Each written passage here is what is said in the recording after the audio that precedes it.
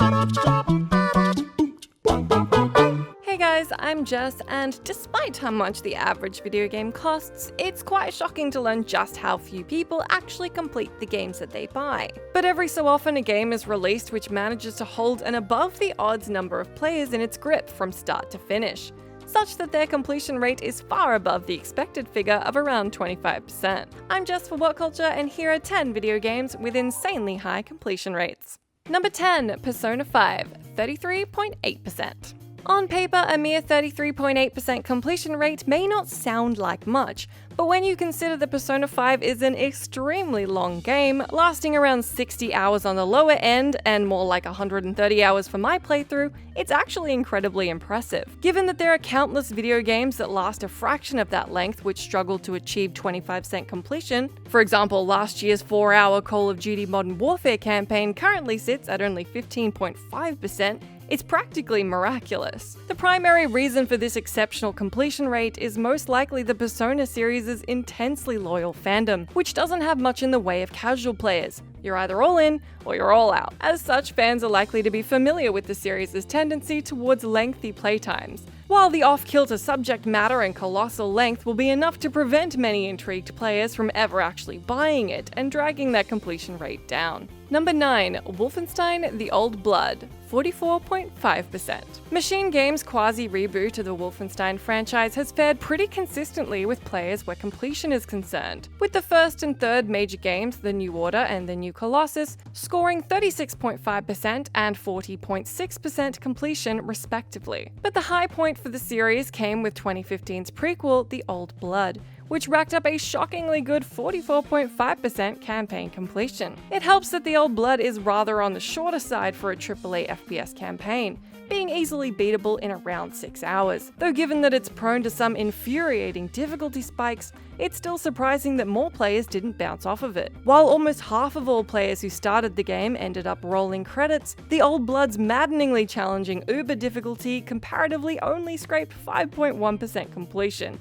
Go figure. Number 8, Tomb Raider 2013, 46%. 2013's Tomb Raider reboot from Crystal Dynamics proved a refreshing enough retooling of the classic action-adventure formula to keep 46% of players interested until the very end. Or for the PS4 Definitive Edition re-release, an even higher 49.1%. There's no denying that Tomb Raider 2013 reignited interest in the franchise by taking stylistic cues from the Uncharted series. An ironic fact given that not a single one of the 4 main Uncharted games has ever gotten close to 46% completion. It's tough to directly identify quite what propelled the game to such prolonged engagement, beyond just being a really bloody solid game. Though its fair lack of difficulty and 10-hour-ish length probably didn't hurt. Comparatively, the sequels, Rise of the Tomb Raider and Shadow of the Tomb Raider, scored a rock-solid 35.6% and 44.5% respectively, though evidently didn't quite get their hooks in players as much as their predecessor. Number 7, Uncharted: The Lost Legacy,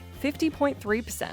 Aptly following up Tomb Raider, we have Uncharted spin-off The Lost Legacy, which is the only game in the globe-trotting action franchise to be completed by more than 50% of its owners. The most obvious explanation for this is that The Lost Legacy is a far more bite-sized experience than the other entries in the series, clocking in at a much more palatable 6 to 7 hours. Compared to the rather bloated playtime of Uncharted 4 in particular, which was basically double that length, for many it was simply nice to play a glossy AAA game that could be comfortably beaten in a single weekend. It also lacked the exhaustingly relentless shootouts of the earlier Uncharted games, which likely stopped players from putting the controller down in frustration for too long or even walking away entirely. Number 6, Marvel's Spider-Man, 50.8%. Marvel's Spider-Man is one of the PS4's most beloved exclusive titles, which goes away to explain why 50.8% of players couldn't pull themselves away until the end credits rolled. Despite open world games typically offering some of the softer completion rates in the AAA sphere, given the tendency for players to be lured off the critical path for extended periods, Insomniac's measured approach to the formula ensured players were largely keen to keep chipping away at the story. Rather than bloat the game's map out with an exhausting amount of icons and things to do,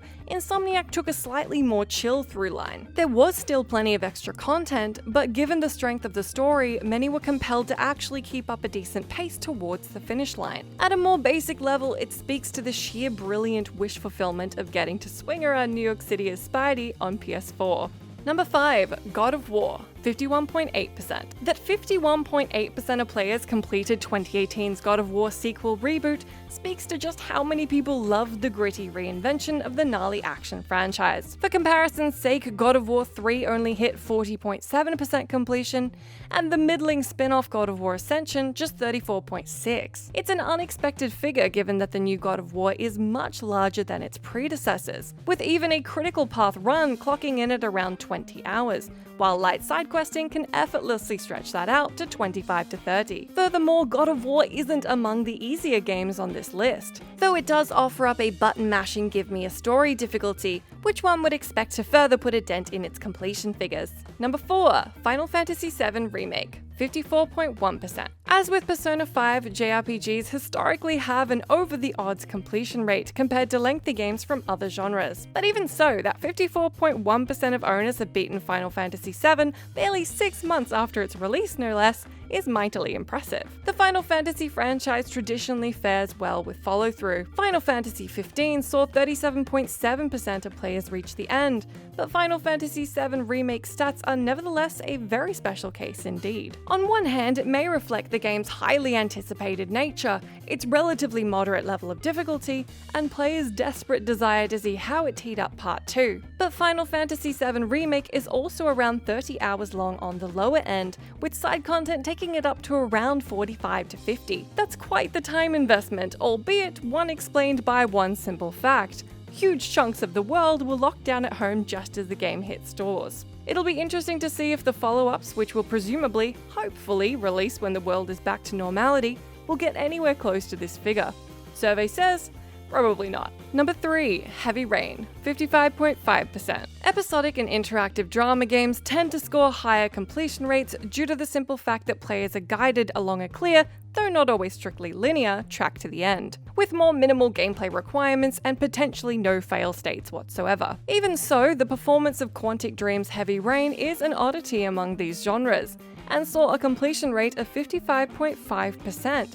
Far beyond that of the studio's other games, with their most recent outing, Detroit Become Human, landing a still solid 49.1%. The fact that Heavy Rain is a few hours shorter than Detroit and a much better game likely explains the former's lead, with its 10-hour playtime sensibly beatable over the course of a weekend. Somewhat unsurprisingly though, only 24.4% of players were able to complete the story with all 4 main characters still alive.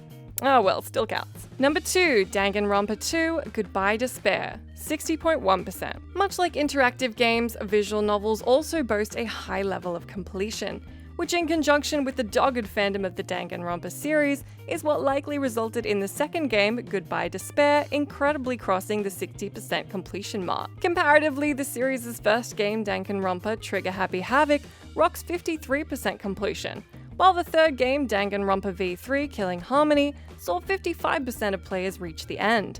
That's pretty damn consistent for the trilogy. Given that Danganronpa 2 is around 35 to 40 hours long, it's all the more impressive. But again, like a lot of niche video game franchises, if you're in, you're really in. And so there's very little likelihood initiates will bounce off and drop it for something else. Number 1, The Last of Us Part 2, 60.2%. And finally, at the top of the shocking pile is perhaps the most surprising result of them all: the recently released The Last of Us Part 2. Naughty Dog's hotly anticipated survival horror sequel currently touts a 60.2% completion rate, a jaw-dropping figure for several reasons. For starters, The Last of Us Part 2 is roughly double the length of its predecessor, running at around the 20 hours mark on the brisk end, and also boasting a fair degree of challenge, even on moderate difficulty. More to the point, it is such a relentlessly bleak and stressful experience that nobody could be blamed for putting the controller down and opting to return to it once the outside world is in better shape. But the game enjoyed extreme player retention, in part due to large portions of the world being in some form of lockdown over the summer, and most likely due to just how damn invested players were in the immense character-driven story. Given some of the more daring and unexpected turns the narrative takes, even pissed-off fans evidently could not be pulled away from it. It may have also helped that the game included a virtually unprecedented number of accessibility options for players of all persuasions, ensuring it could be tailored to just about any specific player's needs. Even completely blind players are able to beat the game.